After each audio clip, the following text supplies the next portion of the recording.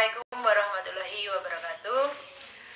Baik, pertemuan kali ini kita akan membahas tentang bab pertama, yaitu aku selalu dekat dengan Allah. Kita mempunyai 3 KD, yaitu yang pertama menyebutkan sifat-sifat Allah dalam Asmaul Husna, kemudian menjelaskan 10 sifat Allah dalam Asmaul Husna. Yang ketiga, menampilkan perilaku yang mencerminkan keimanan terhadap 10 sifat Allah dalam Asmaul Husna. Adapun tujuan dari pembelajaran kali ini yaitu meningkatkan keimanan kepada Allah melalui pemahaman sifat-sifatnya dalam Asmaul Husna. Selanjutnya, silahkan perhatikan Quran surat yang berkaitan dengan Asmaul Husna. Yang pertama tentang Quran surat Al-Ikhlas 1-4, selanjutnya Quran surat Hud 6-7. Poin yang pertama yaitu iman kepada Allah Ta'ala. Adapun secara bahasa, percaya atau membenarkan kepercayaan yang diyakini kebenarannya dalam hati, diikrarkan secara lisan dan direalisasikan dalam perbuatan. Sedangkan secara istilah, mempercayai atau meyakini akan adanya Allah sebagai Tuhan yang Maha Esa dengan segala kemahasempurnaannya. Adapun pembuktian eksistensi Allah itu ada 2 faktor, bisa dilihat dari 2 segi, yaitu dalil akli dan dalil nakli. Dalil akli itu adalah yang dapat dijangkau dengan akal, sedangkan dalil nakli itu yang tidak dapat dijangkau dengan akal. Di mana dalil akli itu merupakan suatu pembuktian oleh akal untuk mencapai sebuah pembenaran yang bersifat pasti akan eksistensi dan kekuasaan Allah. Contohnya yaitu tentang keteraturan yang ada di alam semesta ini. Sedangkan dalil nakli itu suatu berita yang bersifat pasti yang memberikan kepada kita tentang keimanan kepada Allah. Selanjutnya tentang Asmaul Husna, yaitu pengertian dari Asmaul Husna yang secara bahasa yaitu nama-nama yang indah dan baik. Secara istilah, nama-nama yang baik lagi indah yang hanya dimiliki oleh Allah Subhanahu wa Ta'ala sebagai bukti keagungannya. Dalam Quran surat Al-A'raf ayat 180 dijelaskan, walillahil asmaul husna, hanya milik Allah Asmaul Husna, fad'auhu biha, maka bermohonlah kepadanya dengan menyebut Asmaul Husna. Tuh, bukti bahwasanya Asmaul Husna itu adalah nama-nama yang indah dan baik bagi Allah. Sedangkan sifat-sifat Allah dalam Asmaul Husna itu yang pertama adalah Ar-Rahman, yaitu Maha Pengasih. Dia melimpahkan rahmatnya kepada seluruh makhluknya tanpa pandang bulu, baik itu manusia, hewan, tumbuhan, dan makhluk yang lainnya. Kemudian Ar-Rahim, Maha Penyayang, yaitu sifat Ar-Rahim Allah itu hanya dilimpahkan kepada orang-orang mukmin saja secara tetap ataupun bersifat kekal, tentunya baik di dunia, alam kubur, dan akhirat nantinya. Kemudian yang ketiga yaitu Al-Qudus atau Maha Suci. Maha Suci Allah dari segala sekutunya atau tandingannya. Sifat-sifat Allah pun tentunya maha sempurna, bersih dari segala kekurangan. Sedangkan selanjutnya yaitu As-Salam. Kesejahteraan Allah itu sempurna, tiada kekurangan, cacat dan celahnya. Berbeda dengan kesejahteraan manusia, ada cacat, banyak sekali kekurangan, ada juga yang sangat sempurna. Semuanya itu adalah kesejahteraan Allah, atau Allah itu maha sempurna. Kemudian selanjutnya Al-Mu'min, maha memberi keamanan dan maha terpercaya. Allah maha memberi keamanan dan maha terpercaya dalam menepati janjinya, memberi ganjaran terhadap yang taat dan menghukum terhadap yang pelaku maksiat. Selanjutnya Al-Adl atau Maha Adil. Maha Adil itu sangat sempurna keadilannya dan tidak terbatas. Keadilan manusia itu terbatas. Bisa saja kadang khilaf, salah, condong terhadap sesuatu yang dicintainya, dan banyak yang lainnya lagi. Untuk itu, Allah menyuruh manusia untuk berbuat adil kepada kerabat dan orang lain. Selanjutnya,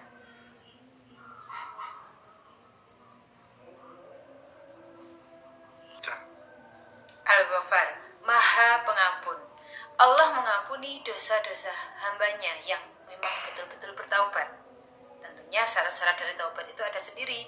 Yang pertama memang harus menghentikan perbuatan yang maksiat dan tidak akan mengulanginya. Kemudian menyesali dosa yang telah dilakukan. Kemudian yang terakhir baca istighfar. Minta ampun kepada Allah bila berkaitan dengan Allah. Sedangkan bila berkaitan dengan manusia, minta maaflah dan mengembalikan haknya. Selanjutnya Al-Hakim atau Maha Bijaksana. Allah tidak menciptakan apapun dengan sia-sia, tapi ada hikmah dan manfaat yang besar.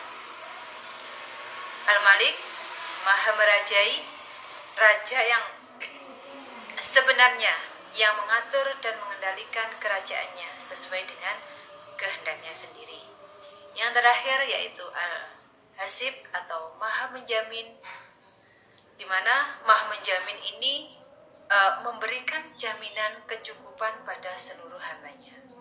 Maha memperhitungkan, yakni segala perbuatan manusia di dunia ini akan dihisab, akan ditimbang atau diperhitungkan di alam akhirat dengan seteliti-telitinya dan seadil-adilnya. Kemudian poin terakhir yaitu aplikasi nilai-nilai terhadap 10 Asmaul Husna. Yang pertama yaitu berbuat baik dan berkasih sayang. Ar-Rahman, berbuat baik pada seluruh makhluknya. Kemudian berusaha menjadi mukmin yang bertakwa. Ar-Rahim, berbuat baik dan bertakwa kepadanya karena hadiahnya adalah surga dengan segala kenikmatannya yang telah dijanjikan oleh Allah. Maha memelihara kesuciannya. Al-Qudus, memotivasi agar berusaha memelihara diri dari segala dosa dan tidak melakukan hal yang tidak bermanfaat. Menjaga keselamatan diri dan orang lain. As-Salam, sikap untuk berdoa dan berusaha menjaga keselamatan diri dan orang lain. Doa kita pada tasyahud yaitu Assalamu alayna wa ala ibadillahi sholihin. Selanjutnya, menjadi orang yang terpercaya dan dapat memberikan rasa aman kepada sesama. Al-Mu'min atau memotivasi. Kemudian berperilaku adil atau Al-Adl, hendaknya berperilaku adil dan meninggalkan perbuatan yang zalim. Adil terhadap Allah, adil terhadap diri sendiri, terhadap kedua orang tua, dan terhadap sesama manusia atau semuanya. Kemudian hikmah dan manfaat dari berperilaku adil. Berusaha menjadi orang yang pemaaf. Al-Ghaffar, Allah menerima mukmin yang memang betul-betul bertaubat. Pemaaf menambah kemuliaan seseorang. Yang selanjutnya berperilaku bijaksana atau Al-Hakim, di sini berpikir kritis dan cermat sehingga terhindar dari perilaku buruk yang merugikan. Menjadi pemimpin yang baik. Kullukum ra'in wa kullukum mas'ulun an ra'iyatihi. Setiap kamu adalah pemimpin dan akan dimintai pertanggungjawabannya tentang kepemimpinannya. Jadi secara nyata, seorang yang menjadi pemimpin di dunia nanti akan dimintai pertanggungjawabannya di akhirat. Kelak bagaimana kepemimpinannya saat di dunia. Dan itu memang harus dipertanggungjawabkan di akhirat nanti. Bisa menjadi pemimpin untuk dirinya sendiri, keluarga, ataupun orang lain. Semuanya ini harus dipertanggungjawabkan kepada Allah Subhanahu wa Ta'ala. Yang terakhir yaitu bermuhasabah atau introspeksi diri. Jadi silahkan kalian bermuhasabah atau introspeksi diri, bagaimana atau apa yang sudah kalian lakukan, sudah baikkah, sudah mencerminkan sebagai perilaku dari Asmaul Husna. Silahkan kalian bisa merenungi diri sendiri. Baik, kemudian kita simak sedikit video. Tentunya ini ada kaitannya dengan Asmaul Husna.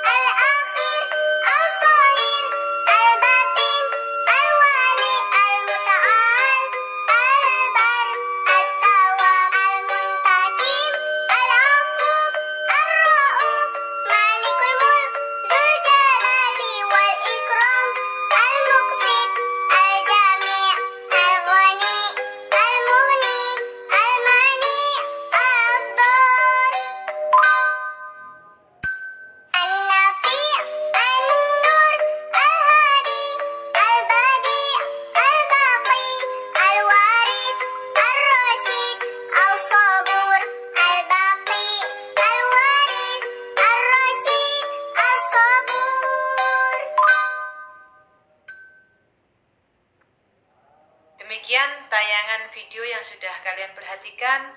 Ibu harap kalian bisa termotivasi atau introspeksi diri untuk bisa menerapkan perilaku-perilaku yang tentunya sesuai dengan sifat-sifat Allah atau Asmaul Husna. Tugas minggu berikutnya, silahkan kalian menghafal dari 99 nama Asmaul Husna. Sekian pertemuan kali ini. Ada kurang lebihnya dari Ibu, mohon maaf. Wa akhiran. Assalamualaikum.